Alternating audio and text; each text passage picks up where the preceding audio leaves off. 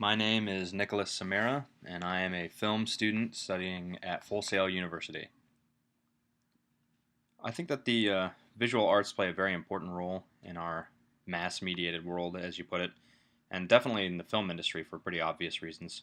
Humans are visually oriented creatures by default, and so visual arts are used for all sorts of things, just for artistic, but also for commerce, in the frame of commercial art. Uh, as well as for just getting general ideas across culturally. So yeah, they're definitely have a very multi-rolled kind of position in our society. I don't believe that it hurts the film industry to have instant and quick access to imagery, especially with regards to film as a business. That just means that it's very easy to advertise, especially compared to how it used to be. And you'd have to pay all these gatekeepers lots of money just to get advertising spots. You'd have to go to a distribution firm in order to make sure that your film was spread out to their theaters. But nowadays, especially with the internet, it's very easy for you to get a cult following or get support or even money through like crowdsourcing funding for whatever visual art that you're trying to create. And I think that's only helped by having that quick and easy access.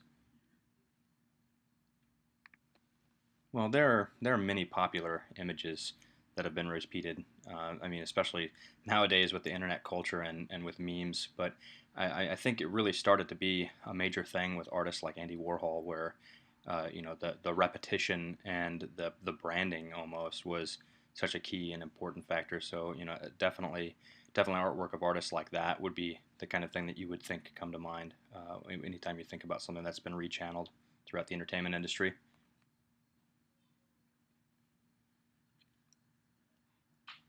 There are a lot of iconic images that the film industry has created and helped popularized, and I think continue to exist in popular culture. Star Wars is a great example. I mean, even not just visually, the sound effects often, you can make the sound of a lightsaber, and just about anybody knows what you're trying to imitate, even if they're not a big fan or a geek or whatever. But just any of those iconic movies that have become elements of pop culture that just keeps getting handed down, and those eventually kind of start to make their way back into fine art even.